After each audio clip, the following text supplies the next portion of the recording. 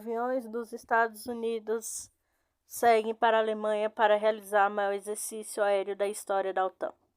O AI Defend 23, liderado por Berlim, acontecerá a partir de segunda-feira 12, incluirá 220 aeronaves militares de 23 países da OTAN e parceiros, de acordo com a embaixadora norte-americana no país europeu. O treinamento é uma mensagem para a Rússia. Aeronaves da Guarda Aérea Nacional dos Estados Unidos começaram a chegar à Alemanha para participar do AI Defender 23, a maior exercício aéreo da história da OTAN, até o momento, que será liderado pela Alemanha, segundo o comunicado da Força Aérea dos Estados Unidos, como foco em treinamento de campo operacional tático além do território alemão. O exercício abrangerá o céu da República Tcheca, Estônia e Letônia de 12 e 23 de junho de 2023. De acordo com a força, aproximadamente 220 aeronaves de 23 países participarão da ação. Aviões militares modelo C-130 Hércules norte-americanos foram os primeiros a chegar à base aérea de Runstorf para o exercício de defesa coletiva focado na capacidade de comandar e controlar uma força aérea multinacional que opera a partir de aeródromos alemães, relata a força. Junto a elas, caça F-16 brigados na 52 Esquadra na caça da base aérea de Spandaulen. Também participaram da ação a base aérea mencionada em uma Ásia de Força Aérea dos Estados Unidos na Alemanha, acolhendo aviões estadunidenses dentro do território europeu. Membros da mídia do serviço caminham na linha de voo durante um evento do Air Defend 2023 na base conjunta. Ao apresentar o planejamento dos exercícios, a embaixadora estadunidense na Alemanha, Amy Gutmann, disse que, embora o exercício fosse puramente defensivo por natureza, pretendia enviar uma mensagem a países como a Rússia. Segundo, eu ficaria muito surpresa se algum líder mundial não estivesse percebendo que isso mostra, em termos de espírito desta aliança, o que significa a força desta aliança. Isso inclui o senhor Vladimir Putin, disse a ela a repórteres, referindo-se ao presidente russo. Ao sincronizarmos juntos, multiplicarmos nossa força, acrescentou. O general Michael Law, diretor da Guarda Aérea Nacional dos Estados Unidos, disse que os deveres da OTAN estavam em um ponto de inflexão.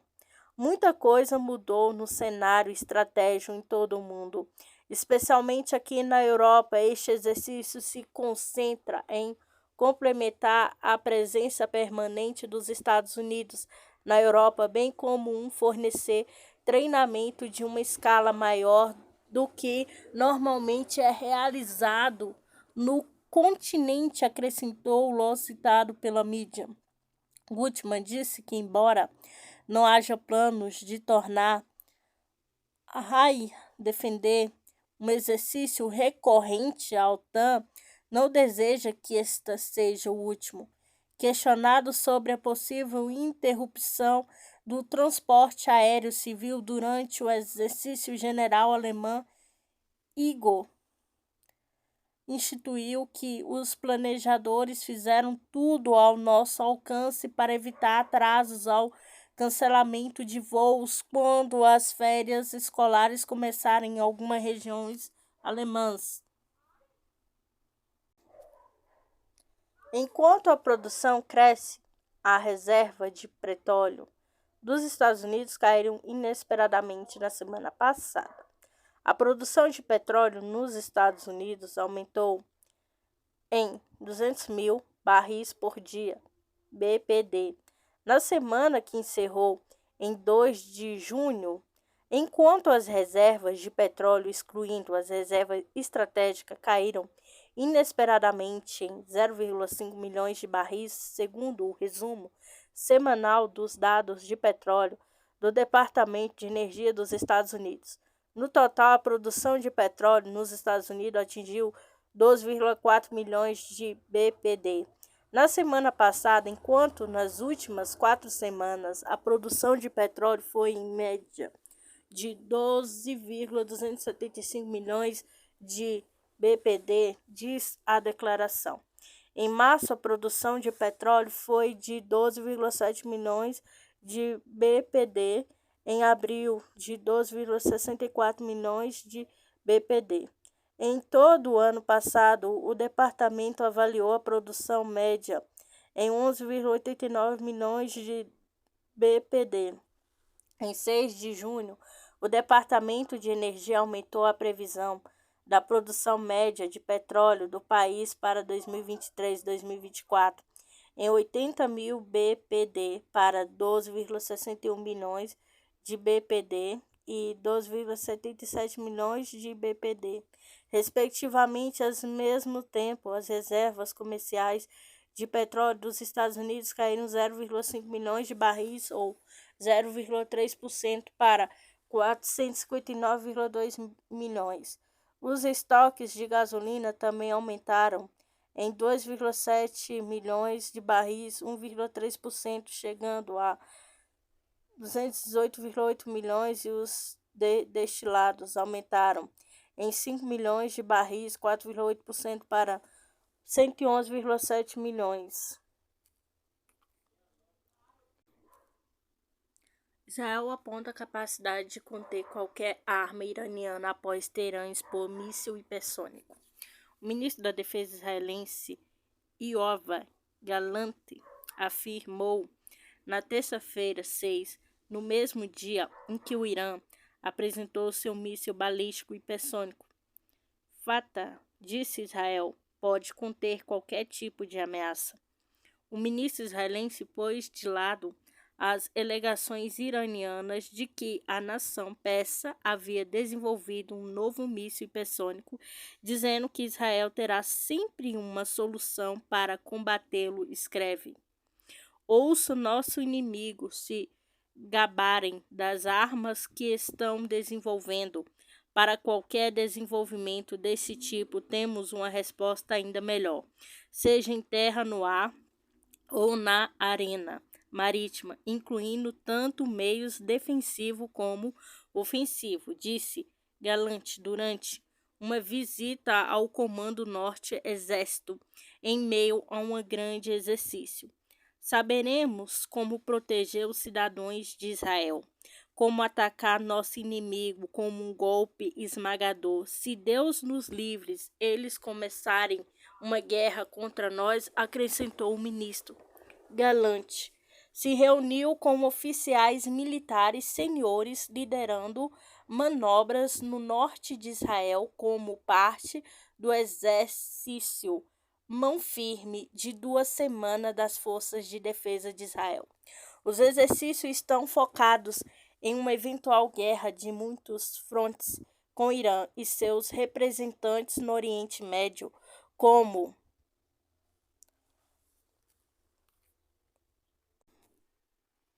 o que espera da primeira visita do premier britânico Rishi Sunak à Casa Branca.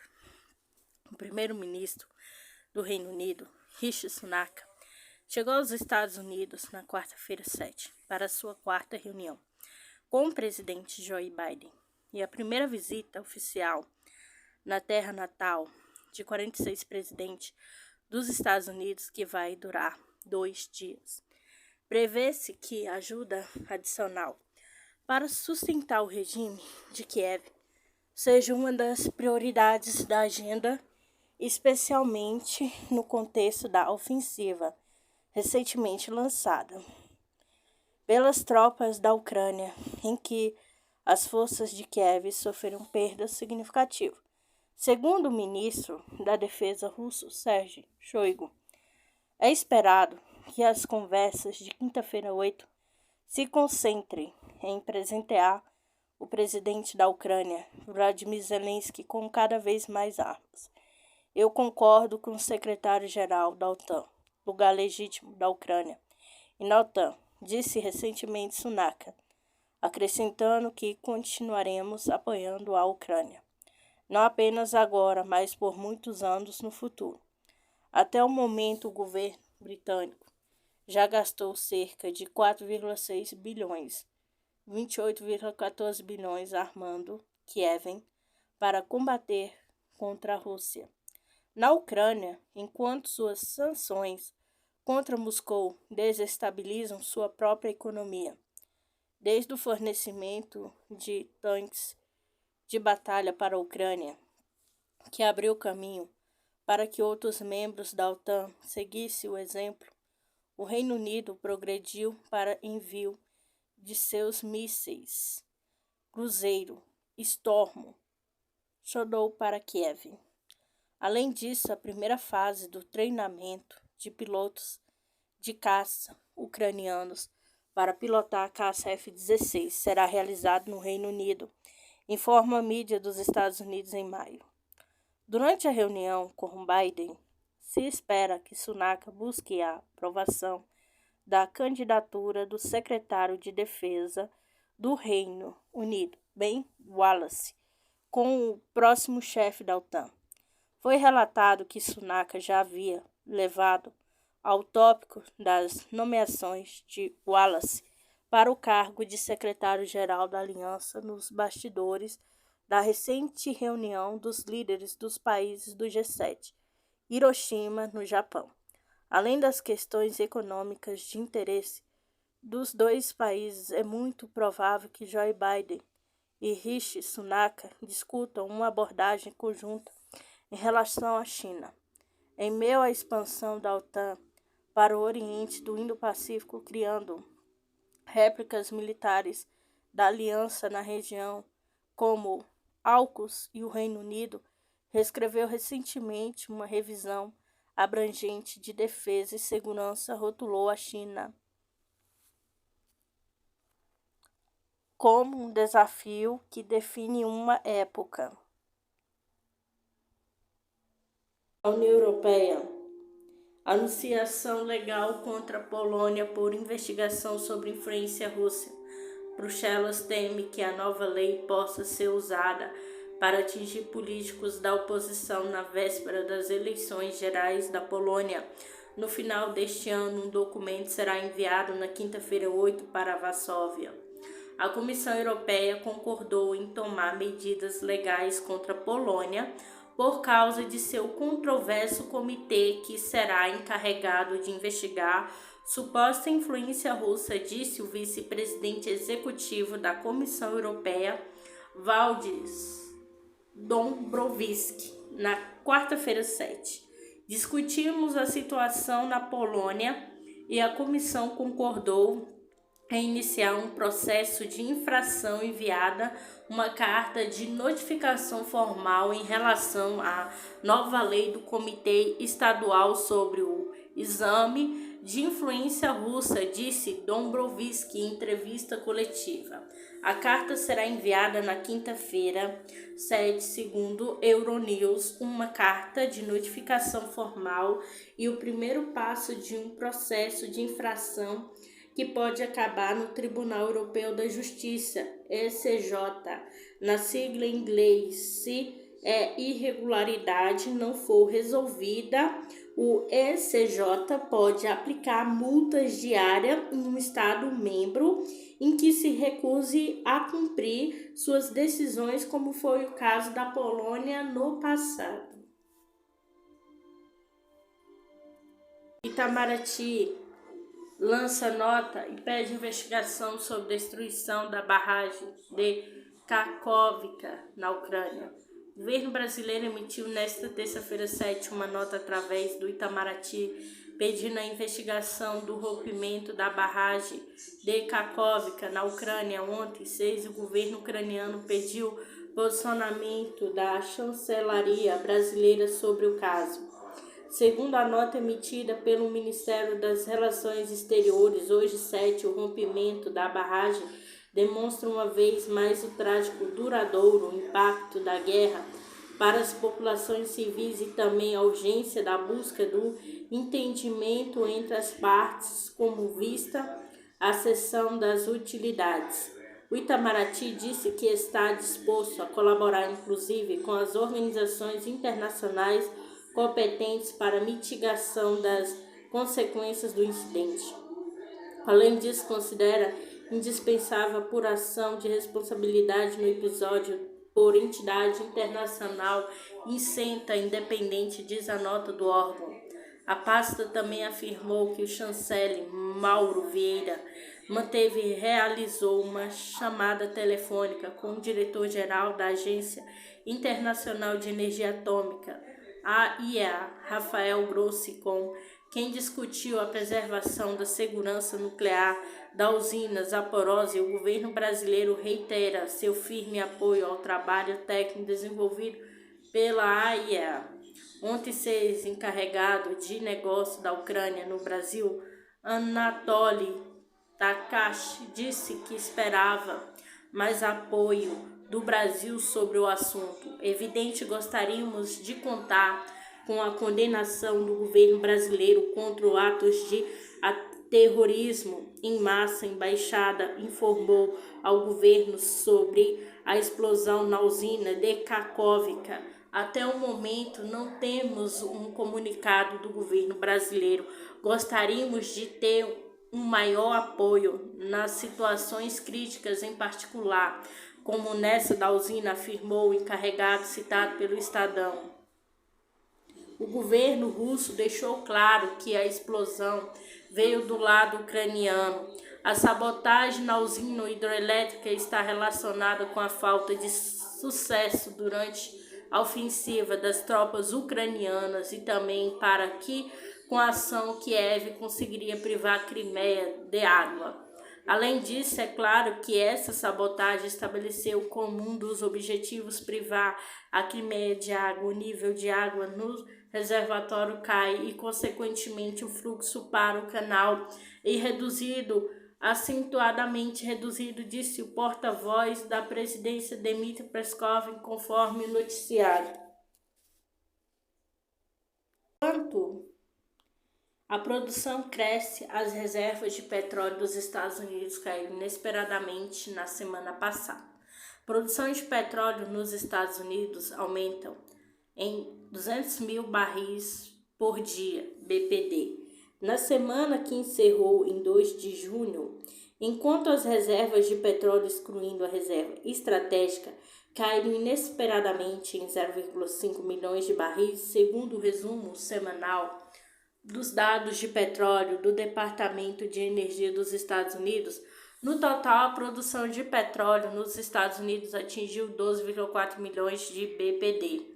Na semana passada, enquanto nas últimas 4 semanas a produção de petróleo foi, em média, de 12,275 milhões de BPD, diz a declaração.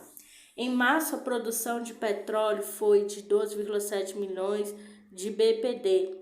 Em abril, de 12,64 milhões de BPD. Em todo o ano passado, o departamento avaliou a produção média em 11,89 milhões de BPD. Em 6 de junho, o Departamento de Energia aumentou a previsão da produção média de petróleo do país para 2023 e 2024 em 80 BPD para 2,61 milhões de BPD, 2,77 milhões de BPD, respectivamente. Ao mesmo tempo, as reservas comerciais de petróleo dos Estados Unidos caíram de 0,5 milhões de barris, ou 0,3 para 459,2 milhões. Os estoques de gasolina também aumentam em 12,7 milhões de barris, 1,3%, chegando a 218,8 milhões, e os de destilados aumentaram em 5 milhões barris, 4,8%, para 111,7 milhões. Pinturas pré-históricas são encontradas em grutas da Espanha. Uma equipe de arqueólogos descobriu pinturas pré-históricas em grutas de difícil acesso no leste do país ibérico. A descoberta contou com o apoio de veículos aéreos não tripulados que permitiram que os especialistas obtivessem rapidamente evidência das pinturas de 5.000 a 7.500 anos. De acordo com a equipe da Universidade de Alicante, a região é reconhecida pela arte pré-histórica revelada dessa vez em estilos diferentes, como figuras humanas utilizadas em animais como bodes e veados. Os pesquisadores afirmam que a descoberta é uma das mais significativas da arte rupestre neolítica ao ser descoberto na região de Valência nas últimas décadas. As novas pinturas indicam que o homem pré-histórico desenvolveu meio sofisticado de escalada, o que pode indicar o uso de cordas ou andaimes de madeira.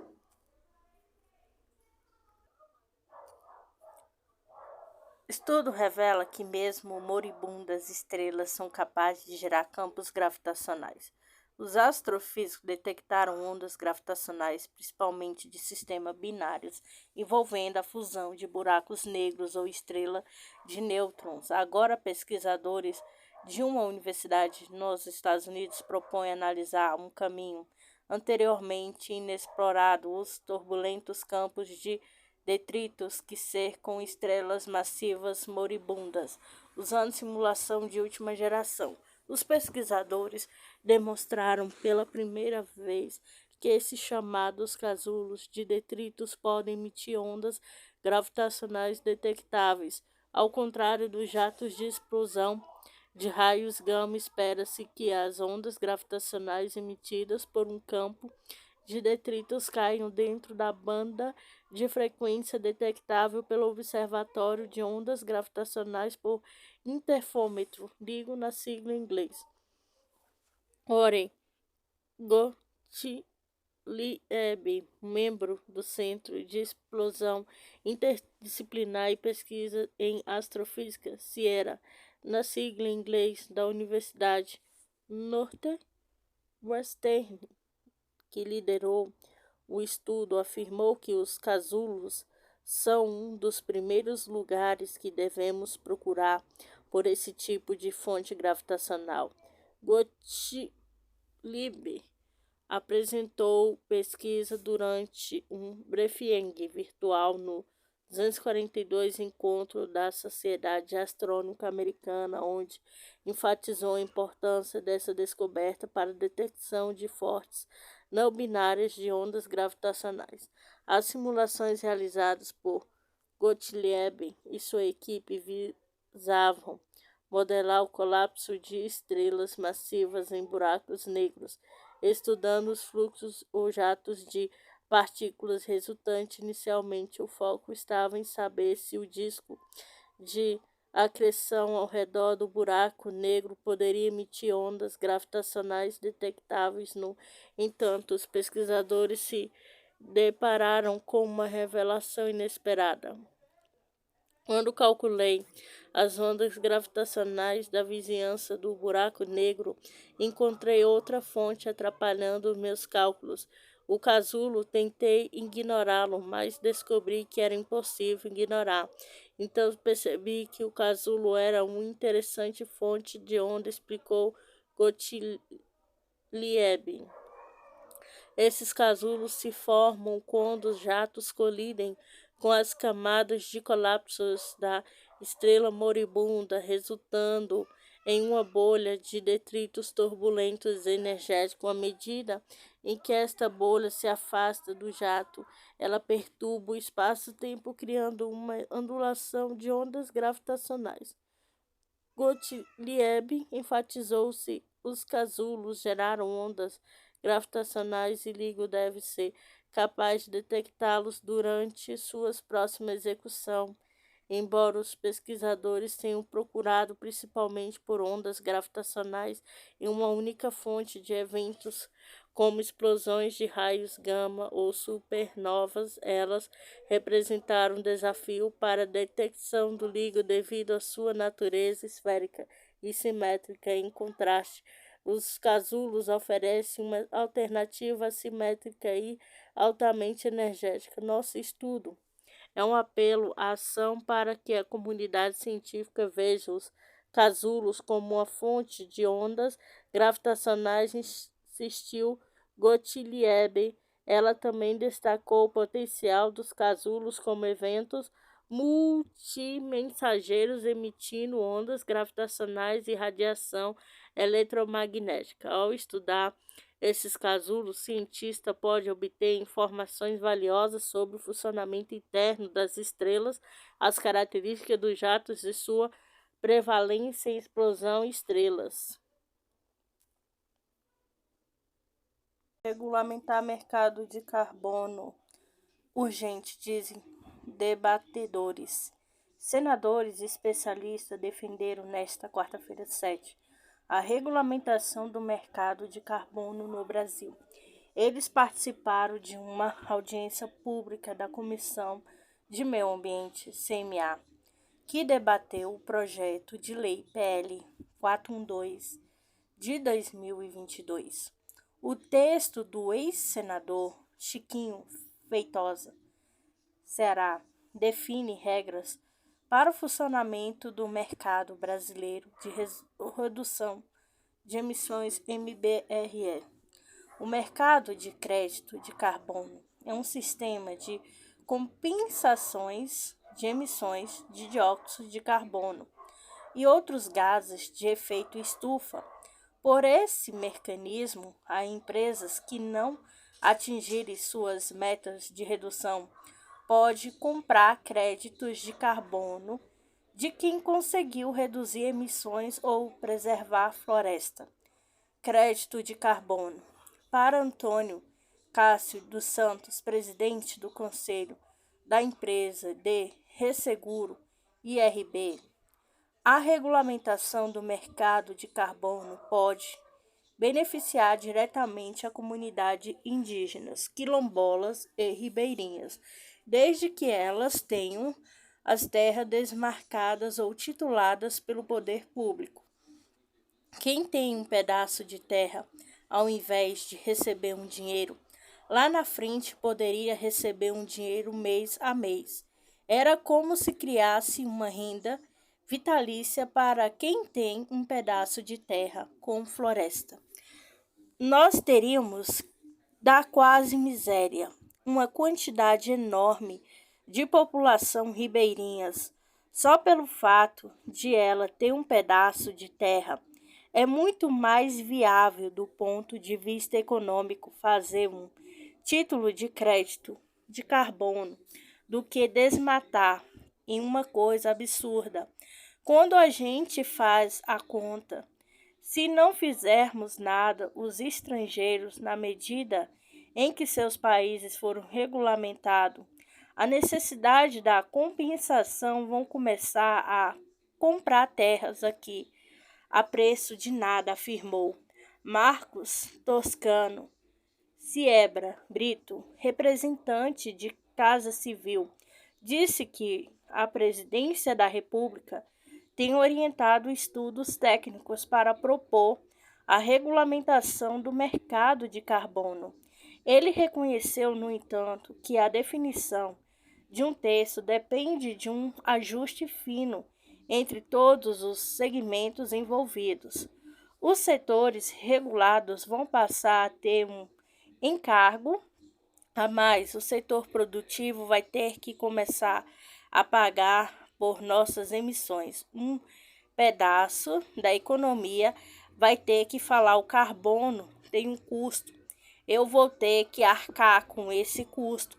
A gente vai ter que fazer um ajuste fino, que é como fazer com que esse custo que o carbono tem seja modulado para não representar um ônus excessivo para a indústria e que levará de global, mas ao mesmo tempo que não seja frouxo demais, porque a indústria brasileira esteja atrasada e desatualizada, que também provocaria perda de competitividade, disse. Agroindústria, Senado Zequinha Marinho, podemos parar? demonstrou preocupações com a elevação dos custos envolvidos com a regulamentação do mercado de carbono para a agroindústria. Questionado pelo parlamentar, assessor técnico da Confederação da Agricultura e Pecuária CNA, Rodrigo Justus de Brito, disse que o custo da implementação do mercado de carbono precisam ser inferiores aos benefícios. A aprovação de um mercado regulado de emissão é necessária, porém, com todos os cuidados, observando o cenário internacional e a competitividade dos nossos produtos, colocar a agricultura como pagadora na emissão de carbono significa incorporar custo a mais dos alimentos e trazer inflação. A agricultura não faz parte do mercado regulador em nenhum país do mundo, afirmou. Experiências internacionais para José Carlos da Fonseca Júnior, cofacilitador da Coalizão Brasil Clima, Floresta e Agricultura. Experiências internacionais pode inspirar o país na definição de um modelo de argumentação do mercado de carbono. Ele criticou em decreto do Ministério do Meio Ambiente do governo anterior, que buscava criar um sistema de compensação. Tinha aspectos interessantes, porém tinha outros que não dialogavam muito com o que estava sendo feito fora do Brasil. Nós temos que sempre nos policiar para que o Brasil não caia na tentação de fazer jabuticabas. Devemos ficar com um pé atrás para tudo que não se comunica, que não dialoga, o que exige legenda para ser traduzido para o resto do mundo. O risco de não dar certo geralmente é muito grande, disse Beatriz Secaf, gerente de sustentabilidade da Federação Brasileira de Bancos Febraban. Classificou como muito importante a implementação de instrumentos de precificação de carbono no Brasil. Para ela, o mecanismo seria útil para que a economia incorpore nos preços as externalidades climáticas. Os mercados de carbono têm uma vantagem no sentido de apresentar maior flexibilidade em relação a outros instrumentos de precificação, como é o caso da taxação. Ele tem potencial de contribuir para a manutenção e até incremento da competitividade da indústria brasileira no mercado global, que demanda cada vez mais produtos de menor impacto climático, afirmou. Mecanismo mercadológico. Flávia Teixeira, gerente de transições energéticas da Engie Brasil, reconheceu a importância de se regulamentar o mercado de carbono, mas disse que a PL 412 de 2022 precisa ser aprimorada. O Brasil tem muita mais oportunidade na aprovação de um mercado de carbono do que risco ao custo. O projeto de lei traz importantes inovações, mas nos distancia um pouco do conceito de mecanismo mercadológico, uma das ferramentas de atingimento de uma economia de baixo carbono. A gente precisa tomar cuidado para que ele não abarque tantas outras políticas, iniciativas. A gente precisa tentar resguardar a essência mercadológica, disse. Mercado voluntário. O consultor em direito climático, Tiago Risse, representante da Rede da Ação Política pela Sustentabilidade, RAPS, disse que o modelo regulado de carbono precisa incorporar critérios e aspectos técnicos já adotados pelo mercado voluntário de carbono. O mercado voluntário acrescenta 2 dígitos nos últimos 2 anos. A gente está vendo uma série de projetos sendo desenvolvidos. Já tem um padrão de certificação em que existem regras metodológicas para serem seguidas. Nesse mercado, os compradores adotam esses mecanismos de compra de uma maneira voluntária.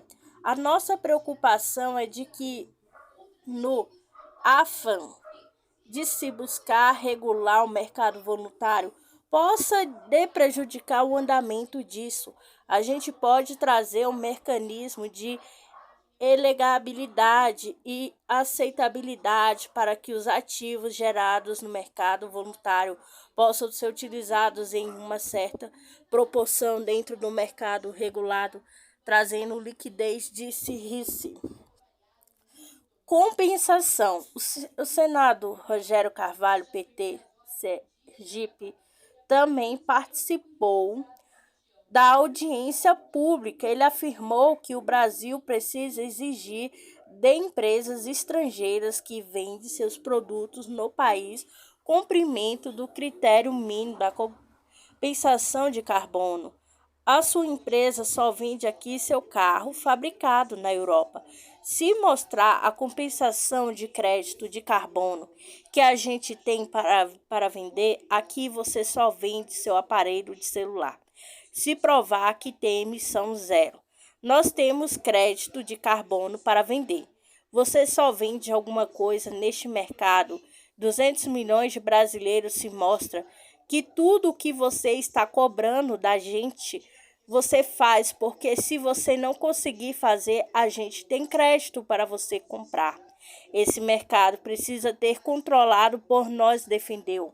A audiência pública foi sugerida pelos senadores Confúcio Moura, MDB Roraima, Carlos Portinho, PL do Rio de Janeiro, Márcio Bita, União do Acre, Leila Barros, PDT, DF, presidente da CMA, para Confúcio Moura. A regulamentação do mercado de carbono é uma das leis importantes em análise no Senado. Eu sou de Rondônia, da Amazônia. Eu creio que se nós conseguirmos pagar os serviços ambientais e também regulamentar o mercado de carbono, nós conseguimos reduzir muito o impacto sobre a floresta em pé. Logicamente, com as pessoas recebendo benefícios, recebendo recursos justamente para proteger a floresta em pé, disse. Mudanças climáticas. A CMA vai promover audiência pública sobre duas matérias que tratam da questão climática, o PL 4129/2021, que prevê normas para a formulação de planos de adaptação e mudanças climáticas. A proposta da emenda à Constituição da PEC 233/2019, que incluiu a manutenção da estabilidade climática entre os princípios da ordem econômica, o colegiado aprovou nesta quarta-feira 3 requerimentos sugeridos pelo Senado Alessandro Vieira, PSDB, Sergipe, e pelo presidente da comissão, senadora Leila Barros. Senado aprova a PEC dos lotéricos, criação de 3 comissões são destaque. Senado aprovou esta semana, em 2 turnos, a proposta da emenda à Constituição que autoriza a prorrogação dos contratos de todas as casas lotéricas do país. A PEC dos lotéricos da PEC 43/2022. O projeto incluiu o artigo 123, o ato das disposições constitucionais transitórias, ADCT, da Constituição, garantindo vigência adicional a esses contratos, mas sem especificar o prazo. Também foi provado a criação de 3 colegiados permanentes na casa, as comissões de comunicação e direito digital, CCCD, de esporte, CESP, e a defesa da democracia, CDD, o PRS 63/2023 da Comissão Diretoria do Senado Federal também define as competências e a denominação da Comissão de Ciência e Tecnologia, CCT, da Comissão da Educação Cultural do Ceará. Ambas as propostas vão à promulgação Vocação, acesso a dados sigilosos deve pautar a próxima reunião da CPMI.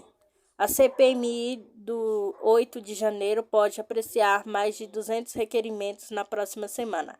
A pauta da primeira reunião deliberativa do colegiado deverá colocar em votação os pedidos de informação e relatórios à Agência Brasileira de Inteligência, ABIN, com vocação como de Anderson Torres, do Tenente-Coronel Mauro Cid, dos ex-ministros do Gabinete de Segurança Institucional GCI Augusto Heleno e Gonçalves Dias, o ex-ministro da Defesa Braga Neto. Entre outros, a previsão é que os parlamentares votem o conjunto de requerimento que está anexado ao plano de trabalho da senadora Elisiane Gama, PSD, Maranhão. Aprovado na terça-feira 6, a pauta, no entanto, ainda não foi divulgada pela Secretaria da Comissão Parlamentar de Inquérito. Para Elisiane Gama, essa primeira fase de tomada de depoimento, análise de provas, poderá possibilitar a conexão com novos fatos. Ela disse que o ministro da Justiça e Segurança Pública, Flávio Dino, pode ser ouvido pela comissão para que já há requerimento quanto ao ex-presidente da República, Jair Bolsonaro. A relatora disse que o decorrer das investigações e o entendimento da maioria da CPMI serão soberanos. Sobre o ex-presidente Jair Bolsonaro, é uma pergunta que já me fizeram. É o andar da CPMI que dirá se ele virá ou não. Nós estamos trabalhando com a devida responsabilidade. Eu deixei isso muito claro durante cada detalhe do nosso plano de trabalho. Agora nós vamos receber inquéritos, nós vamos ter oitivas. Eu acredito que nas próximas semanas nós teremos de fato um parâmetro melhor, se ele será de fato convocado ou não. Esta comissão, disse Elisiane em entrevista coletiva. Os requerimentos apresentados pela relatora também sugerem a convocação de nomes como de Ricardo Garcia Capelli, secretário executivo do Ministério da Justiça e Segurança Pública e ex-interventor federal na Segurança Pública do Distrito Federal, e o ex-diretor federal da Polícia Rodoviária Federal, Silvinei Vasquez, Supremo. Também deve ser analisado os requerimentos inseridos pelo presidente da CPMI, deputado Arthur Maia, União Bahia. Intenção, segundo Maia, é realizar pelo menos 2 reuniões na próxima semana, na terça-feira 13 e na quinta-feira 15, para encerrar a votação desses primeiros requerimentos, iniciar a fase de análise dos relatórios, imagens e informações que vão subsidiar as oitivas. Grande parte dos requerimentos pede acesso ao inquérito e documentos que estão sob sigilo no âmbito do Supremo Tribunal Federal, STF. Arthur Maia disse que vai se reunir com o ministro do STF, Alexandre de Moraes, para tratar desses documentos. Esses pedidos vão dar substância, inclusive, para que possamos inquirir melhor os convocados e também a convocação e convite de cerca de 40 pessoas. Isso, sem dúvida, de um pontapé inicial nas investigações propriamente ditas. O ministro Alexandre de Moraes está realizando um inquérito por motivos que, naturalmente, ele tem e manteve em sigilo de justiça. Alguns desses documentos, obviamente, que ele tem esses motivos. Eu quero, antes de simplesmente solicitar a divulgação de algo que é sigiloso, conversar com ele, entender as razões para que possa fazer tudo em comum, acordar a investigação que está sendo feita na CPMI e a investigação que está sendo feita no STF não são inimigas, elas podem ser complementar uma, ajudará a outra, afirmou o deputado após a reunião da CPMI. ABIN. Outros pedidos da senadora, também de outros parlamentares, pedem que a ABIN reclassifique de sigilosos para o público os relatórios de inteligência produzido desde dezembro de 2022 e que contém alertas e análises do risco relacionados aos ataques aos prédios públicos ocorrido em janeiro. Há também requerimentos para que sejam compartilhados relatórios de inteligência produzidos pelo ABIN, supostamente adulterados pelo ex-ministro do GCI, Gonçalves Dias. Os integrantes da CPMI poderão votar ainda a convocação do coronel Jorge Eduardo Naime, ex-comandante da operação da Polícia Militar do Distrito Federal PMDF, no dia das invasões, e Saulo Moura da Cunha, ex-diretor adjunto da Agência Brasileira de Inteligência ABIN. Imagens. Também devem ser analisados requerimentos para acesso à imagem de todas as câmeras do circuito interno do prédios, como do Ministro da Justiça e Segurança Pública do Congresso Nacional, do Supremo Tribunal Federal e do Palácio do Planalto. Há ainda solicitação de informações e relatórios das Forças de Segurança Pública do Distrito Federal, como Força Nacional, a Polícia Militar, a Polícia Civil e o GCI, de pedidos de relatórios da Advocacia Geral da União, AGU, da Procuradoria-Geral da República, PGR, e do Tribunal de Contas da União, TCU, e o Ministério Público Federal, MPF. Outro bloco de solicitação está relacionado às plataformas digitais. Os requerimentos buscam ter acesso às imagens, às mensagens compartilhadas de cada canal que estejam ligados aos ataques do dia 8 de janeiro. Veja aqui a lista de requerimentos ainda não apreciados pela CPMI, que incluíam os apresentadores pela relatora para dar sequência ao plano de trabalho. Aprova proibir bloqueio de recursos para a defesa agropecuária. A Comissão de Agricultura e Reforma Agrária do CRA aprovou nesta quarta-feira 7 o projeto de lei complementar que altera a Lei de Responsabilidade Fiscal LRF, Lei Complementar 101 de 2000, para que as despesas relativas às ações relacionadas à defesa agropecuária e as ressalvadas pela Lei de Diretrizes Orçamentárias, LDO, não sejam objeto de limitação. O PLP 91/2023 da senadora Tereza Cristina Correa, PP, Mato Grosso do Sul, recebeu parecer favorável do relator Senado Isalci Lucas, PSDB, DF, segue agora para análise da Comissão de Assuntos Econômicos, CAE.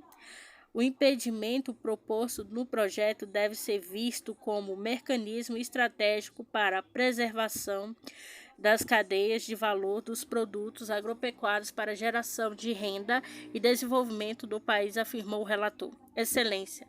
Na justificação, a autora diz que entende ser de suma importância o cumprimento das metas fiscais, mas poderá não ser razoável colocar em perigo a saúde de toda a população brasileira e permitir que haja quaisquer dívidas sobre a defesa sanitária brasileira, que mesmo com recursos escassos, reconhecida mundialmente por sua excelência e qualidade. Isalci afirma que em 2017 o Brasil se viu atordoado com operações carne fraca, que investigou denúncias de esquema de corrupção envolvendo fiscais agropecuários e serviços do Ministério da Agricultura, Pecuária e Abastecimento e donos de frigoríficos em vários estados do Brasil. Essa investigação, segundo o relator, gerou grande comoção, pondo em questão a qualidade de carne produzida e comercializada no Brasil, além da corrupção no setor, com denúncias contra alguns frigoríficos e fiscais e com embargos comerciais.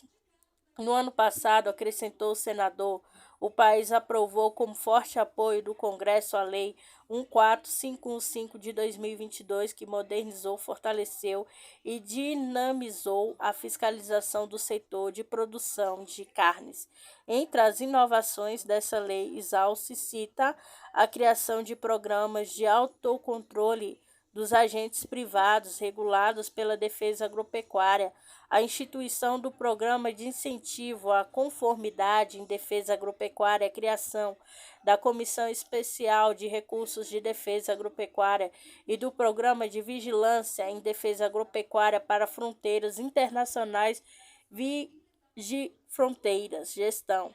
Segundo o relator, com a nova legislação, em vez de Estado atuar com fiscalização ativa, muitas vezes por amostragem, passa a atuar como gestão de informação e mantém o poder de atuação nos casos de cometimentos de infração. Portanto, para a segurança e eficiência do modelo desenhado, se faz necessário um mecanismo eficiente de atuação do aparato estatal que deve dispor de recursos apropriados considerar. Tereza Cristina destaca que o único caso do mal da vaca louca, encefalopatia espongiforme bovina, em sua forma atípica, que quando a doença surge espontaneamente no animal e não causa um risco de disseminação ao rebanho, ao ser humano, paralisou imediatamente as exportações de carne bovina para a China e provocou perdas significativas aos pecuaristas do Brasil. Audiência. A CRA também provou realização de uma audiência pública com objetivo de debate PL 1871-2022, o projeto de iniciativa do Senado Weverton, PDT Maranhão, busca ampliar o alcance do Programa de Apoio à Conservação Ambiental e adequá-lo a objetivos de mitigação e adaptação à mudança do clima da geração de renda em atividades sustentáveis nos meios urbano e rural. O requerimento para debate REQ 19/2023 foi apresentado pela senadora Tereza Cristina e pelo senador Isalci. Competitividade marco temporal. Ao final da reunião, o presidente da CRA, senadora Soraya União Mato Grosso do Sul, fez um discurso em que manifestou preocupação com a perda de competitividade do agro brasileiro. Segundo a senadora especialista, aponta que os reais obstáculos para o desenvolvimento econômico nacional se encontram em nossas condições estruturais. Ela apontou o problema de infraestrutura como as más condições das estradas brasileiras, exaltou as conquistas do setor agropecuário e disse que ainda há muitos desafios a serem superados. Com base em uma pesquisa da Confederação Nacional do Transporte, CNT, Soraya disse que a qualidade das estradas vem caindo nos últimos anos. Enquanto esses entraves que nos prendem ao passado não forem superados, não desfrutaremos dos benefícios de um desenvolvimento abrangente, alertou o presidente da CRA. Soraya informou que avocou a relatoria do projeto do Marco Temporal das Terras Indígenas, PL 2903/2023. O projeto foi aprovado na Câmara dos Deputados no último dia 30 de maio. Já chegou ao Senado o texto polêmico por restringir a demarcação de terras indígenas, aquelas já tradicionalmente ocupadas por esses povos. Em 5 de outubro de 1988, a data da promulgação da Constituição Federal, Soraya disse que já tratou do tema com o ministro da Agricultura, Carlos Favaro, vai buscar contato com outros integrantes do governo federal. Estamos procurando uma pauta de consenso para ambos os lados. Vamos ouvir todos os lados, usa os melhores critérios a trazer uma melhor solução para todos, prometeu Soraya. Senadores comenta indicação de Cristiano Zani para ministro do STF.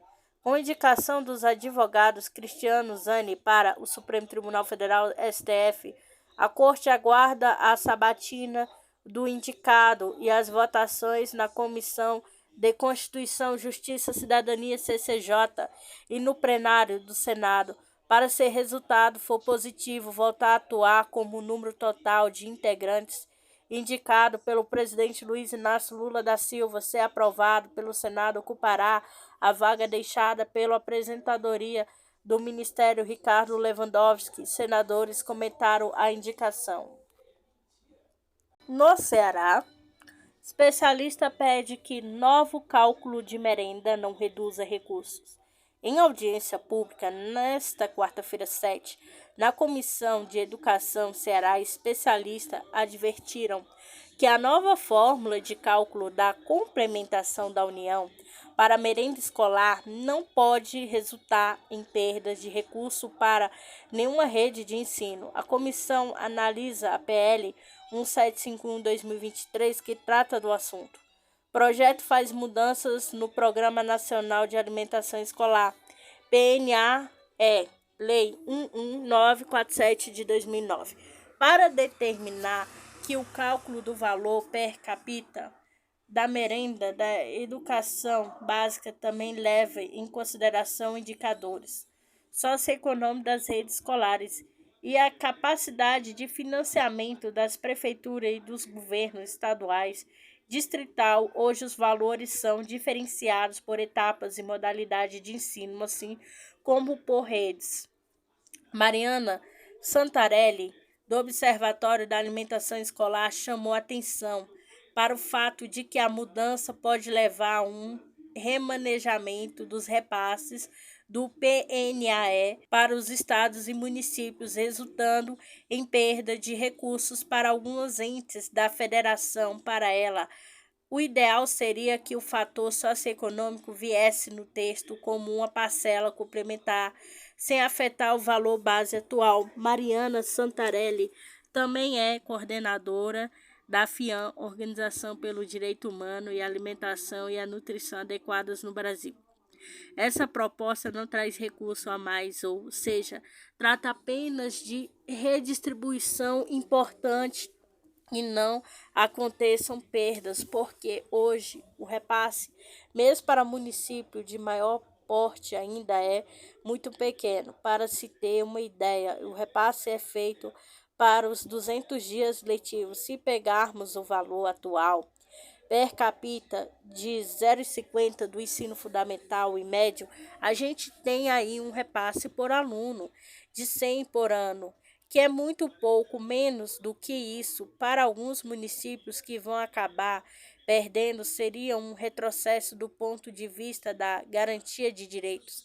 Ex-ministro da Educação, Rosieli Sorais, que é hoje secretário de Educação do Pará, falou da importância de se sofisticar a análise socioeconômica em níveis regionais para que municípios de um mesmo estado sejam contemplados corretamente de acordo com as suas características.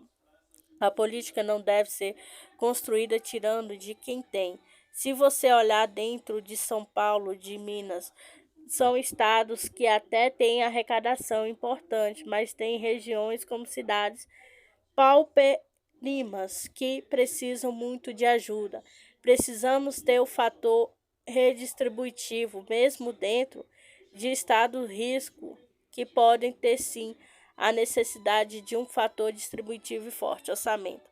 Coordenadora de Execução Financeira e Orçamentária do PNAE, Luciana, também pediu cuidado na alteração do cálculo para garantir que nenhum ente e nenhuma modalidade de ensino saia perdendo. Ela citou o recente reajuste nos valores da merenda, concedido pelo governo federal em março, depois de 5 anos sem correção.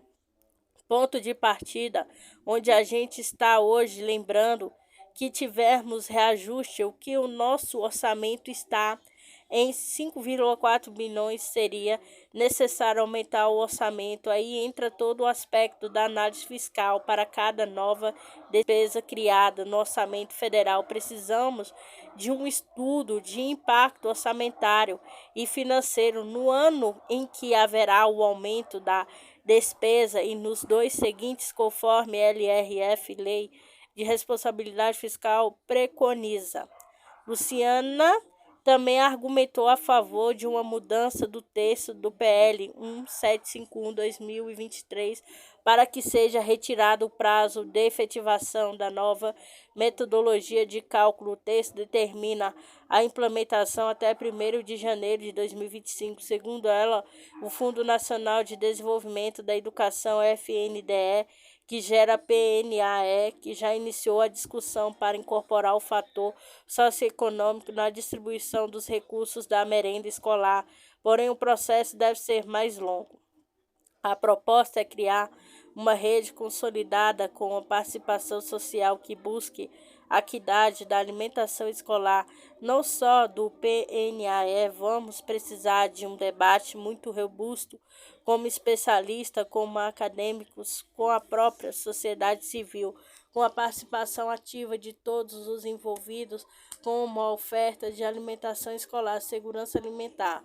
Projeto de autoria do Senado, Eduardo Braga, MDB Amazonas, relatora do texto, senadora, professora Dorinha Seabra, União Tocantins, disse que o funcionamento da merenda escolar é um tema estratégico que PNAE deve ser tratado como um programa de segurança alimentar. Por isso, defendeu que o texto final do projeto não perca o caráter de ajudar as redes escolares mais vulneráveis economicamente. É possível ter esse olhar específico no texto que está pronto. Como uma nova redação, colocamos valores diferenciados por etapas, modalidade, jornada, assim como outros definidos pelas redes escolares. Também o acréscimo de um fator de correção como indicadores socioeconômicos dos educandos e capacidades financeiras dos entes federados. Esse indicador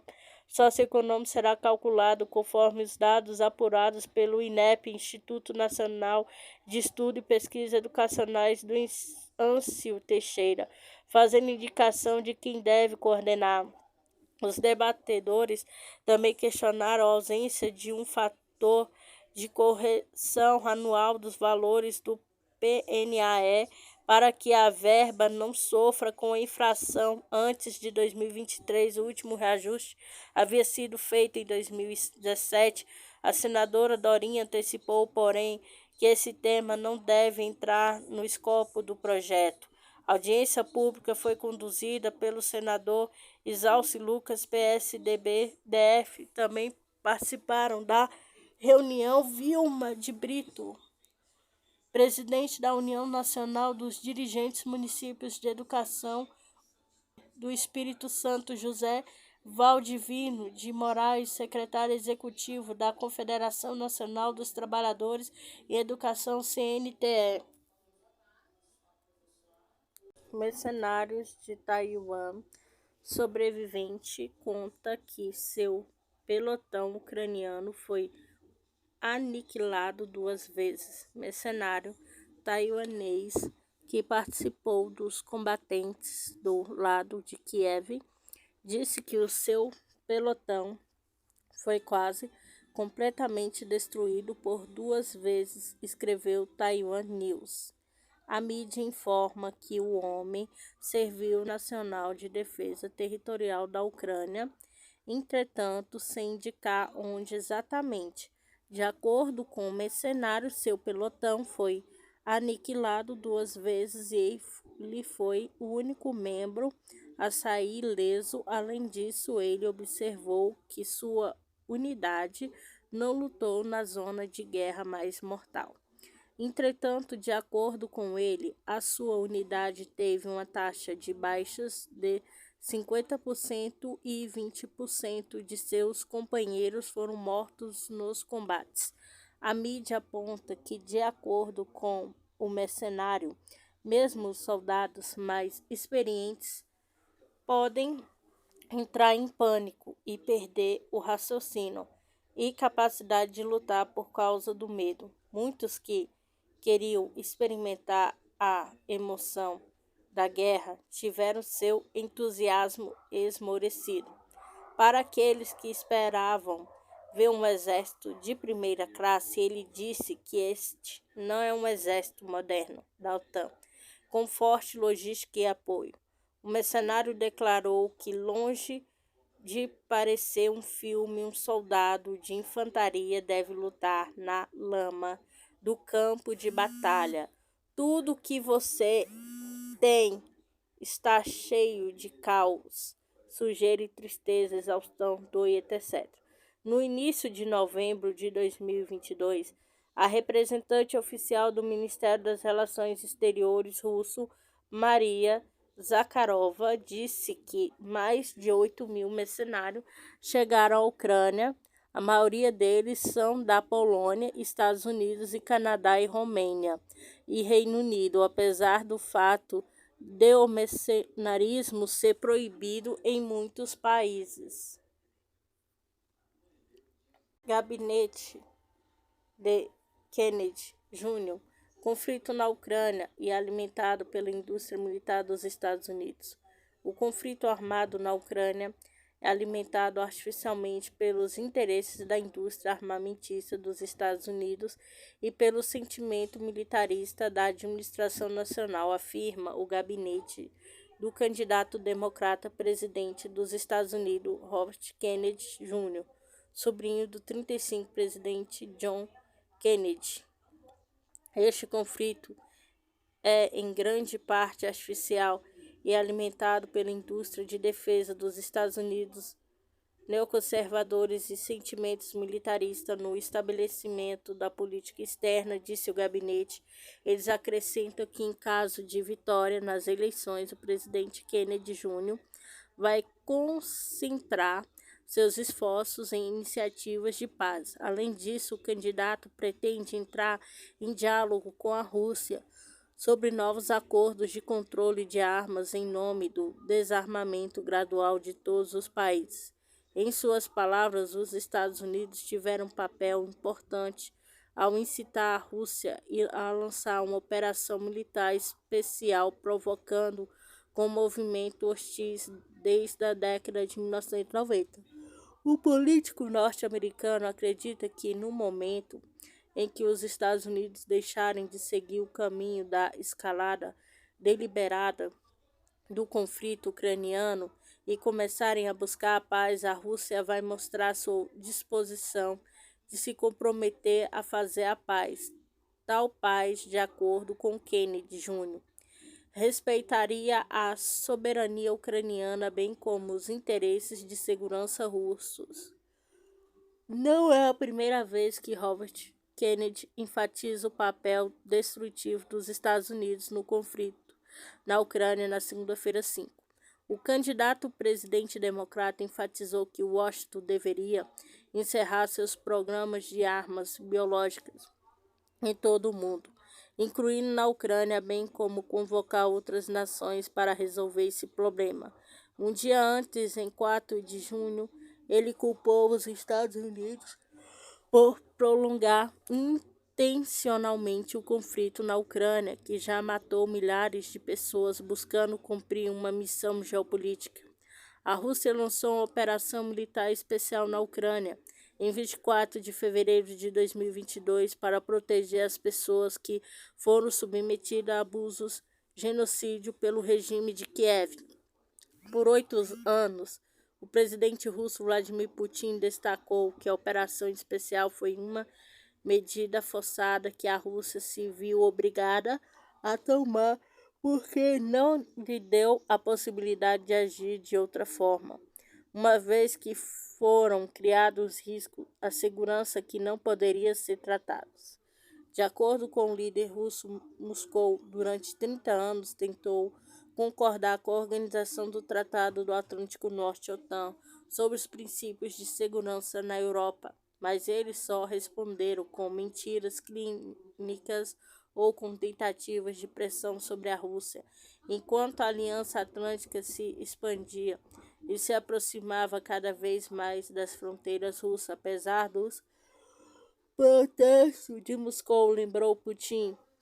O Ocidente exorta constantemente a Rússia a negociar o que Moscou está disposto a fazer, mas ao mesmo tempo ignorar as constantes recusas de Kiev ao diálogo. O representante permanente da Rússia na ONU, Vasily Zia garantiu em entrevista a Sputnik que Moscou está pronto para considerar as propostas de Kiev para chegar a um acordo, levando em consideração as propostas russas e a situação no terreno, mas que o regime ucraniano não estava interessado nisso.